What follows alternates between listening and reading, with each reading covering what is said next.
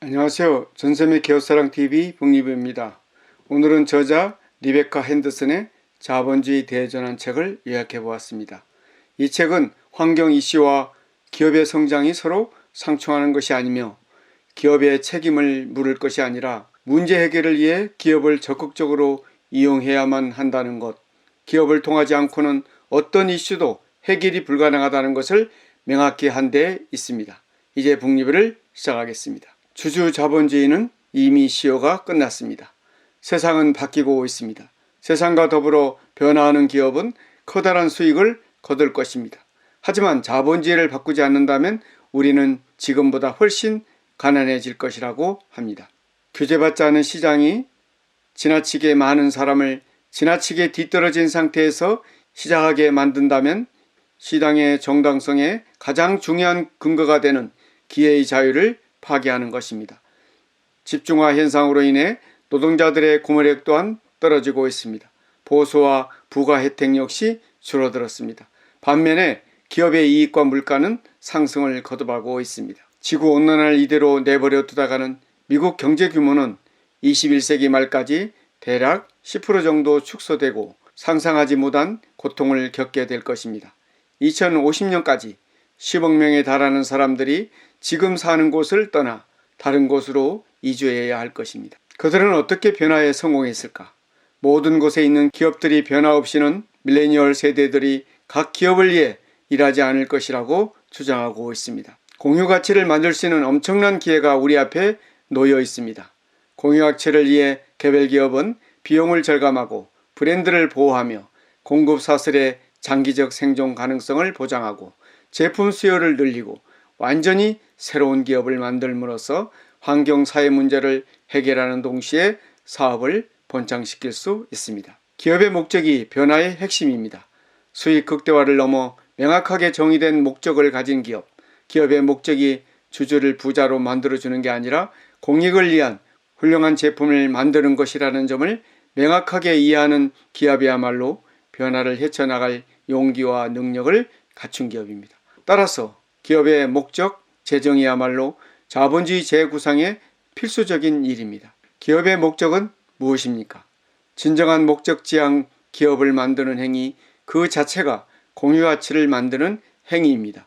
그런 기업을 만들기 위해서는 불평등을 해소하고 공정한 사회를 만드는 데 필요한 일자리부터 만들어야 하기 때문입니다.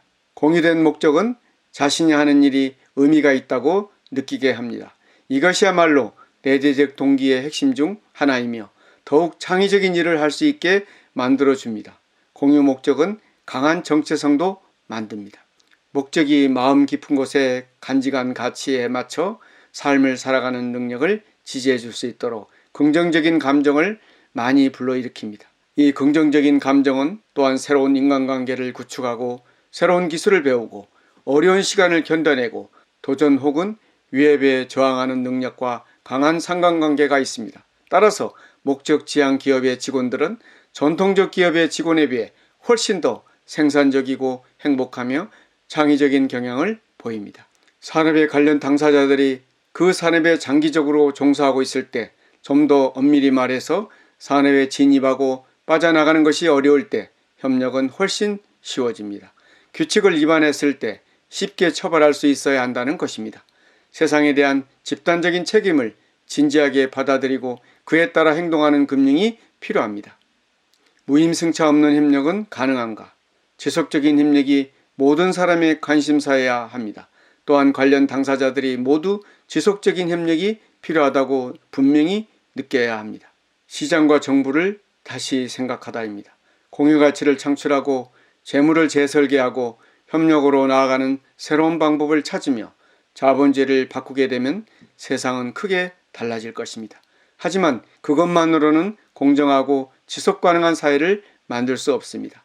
필요한 퍼즐 조각은 효과적인 정부의 조치입니다. 하지만 시장이냐 정부냐 둘 중 하나를 선택해야 하는 문제는 아닙니다.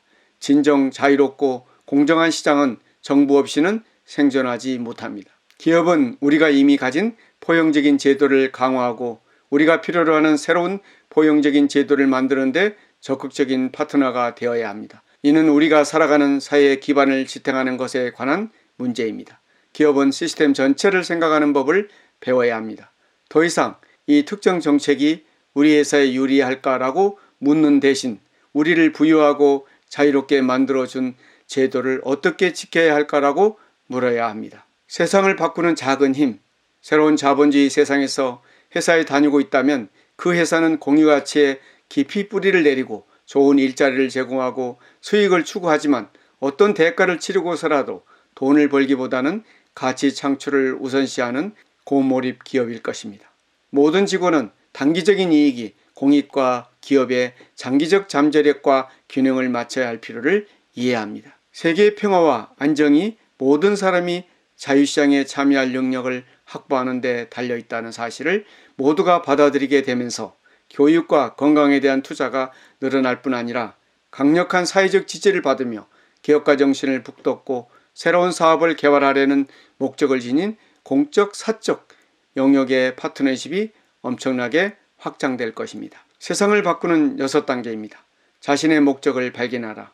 당장 재미있는 일을 하라. 자신의 일에 가치를 부여하라.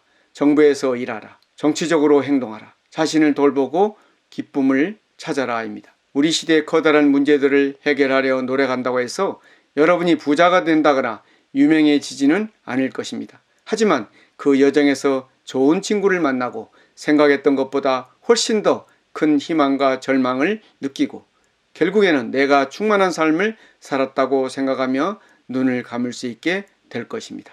변화냐 죽음이냐라는 불가피한 선택 앞에 놓인 현실에서 누구나 반드시 읽어야 할 책입니다.